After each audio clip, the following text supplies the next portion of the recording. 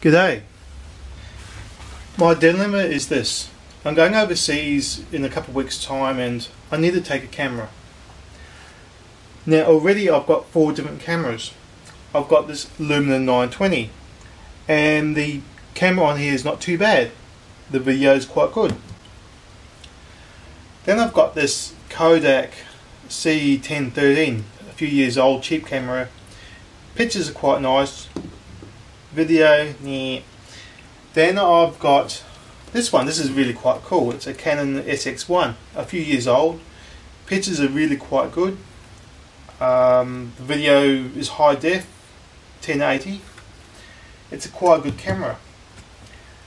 Then I've got the Canon 7D, which is great. But I took the Canon 7D last time, and it's a big boy. It's not really a pocket camera.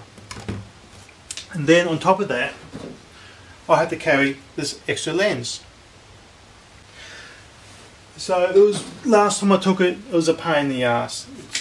Took good photos, but carrying it, yeah. Now I've taken this one overseas, and this was really good. No problems with it. Pictures great, video excellent.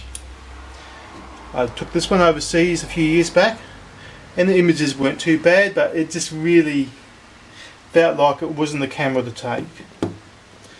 And of course I've got the new phone, which has a really good camera on it, but it's a phone. I'm not sure. I don't really think this is going to be what I want. So what do I do? I'll take this one, but when I use it, it's now developed a lens error. So after a few times using the zoom, it beep, end of the game. No go. So perhaps I should replace this camera. But do I replace this with the SX50? Or do I get something a little bit more compact?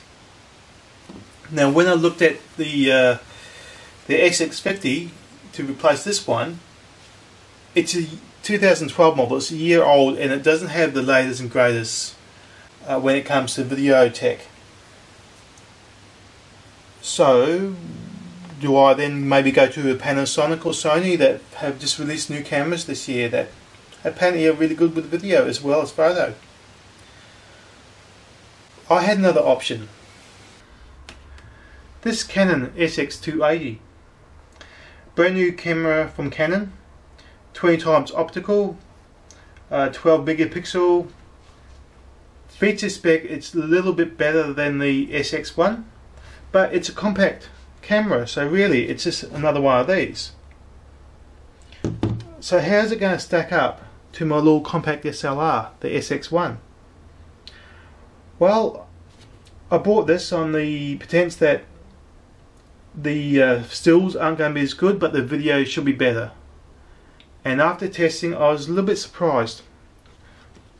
Now I tested the whole range of cameras. I went out during a nice sunny day and I took some images with the Nokia, and the pictures were okay. The video was really quite good.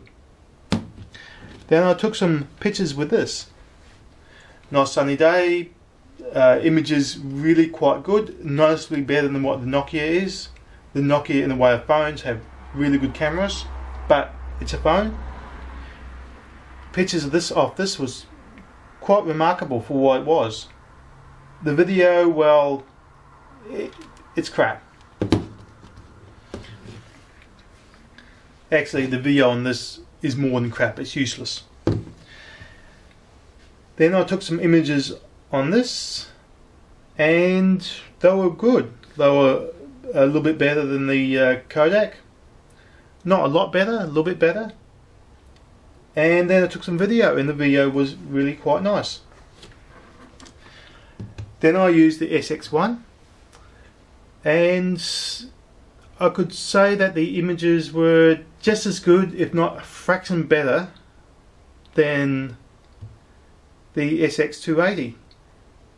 And the video, again, a fraction better if the lighting was good. And then I shot with the 7D, and the images were better, the video was better, and that's what I would expect out of something that's going to cost many thousands of dollars. So yeah, if I was going overseas and taking the phone, yes, it would do what I want. It would take photos, does quite nice video. When it gets a little bit dark, it really starts to struggle. I'm actually quite impressed with the video on this. It's really quite good. This, I'm actually impressed with the stills on this, but the video is crap and I want to do some video, so that's gone. One thing to notice with this is that even though it's almost equal to what the SX1 is, once things start to get dark and the ISO starts to bump up, it really excels. It leaves the SX1 for dead. When it was perfect daylight, the SX1 had a little bit more vivid colour. This had sort of more softer tones. But when it started to get a little bit dark, this kept on going. The SX1 just fell apart. The noise on the SX1's atrocious. And then when I compared this camera, these two cameras, and also the SX1 against this wasn't a mile in front when it was a nice bright day. But when it got a little bit dark and you had to push the camera, this excelled. This just blew the rest away. And that's what you expect. This is why you buy an SLR, is because it gives nice photos, and when the going gets tough, it keeps on giving nice photos. So the question is this better than the SX1? And I wasn't expecting it to be. And when I first picked it up and first started to use it, I thought, well, no, it's not. But after looking at the images I've taken out of both cameras, I'm going to say yes, this is a better camera. So one of the things I've seen on YouTube is the unboxing. So here's my version of the unboxing. Here's a box. Inside came a camera like this. In the box I also got some paper from Canon, a disc, cable, power cable to go with the battery charger, which is, by the way, huge. That's a big charger for a small camera. Maybe very good, but very, very big. Battery's quite small. So let's look at the camera. A little bit of weight for the camera for the size of it. It's definitely metal. On the bottom here, yep. On the bottom here, you can see you have the card. I bought two 32 gig cards. Battery. The replacement batteries I bought were white. The one that came with the camera was grey.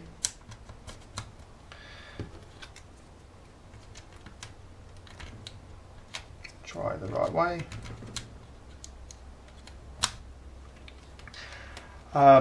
When I first picked up the camera, what I don't like about it, apart from being small and I'm not used to a small camera, is I bump the power button when I take the battery out, and when I'm on auto,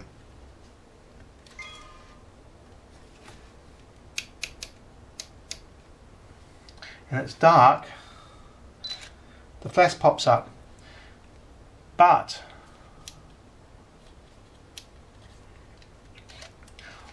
when I first hold the camera, I hold it like this, so when I turn it on, the flash pops up and I've got my hand over it. So I'm not really liking the flash in that spot. I think it should be on the front. Not too crass on the button there. A few other minor things.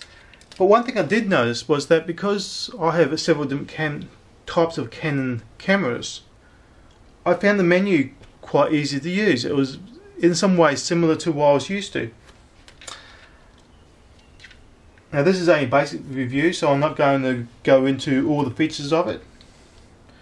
If I turn the camera on and zoom out, the lens comes out a long way.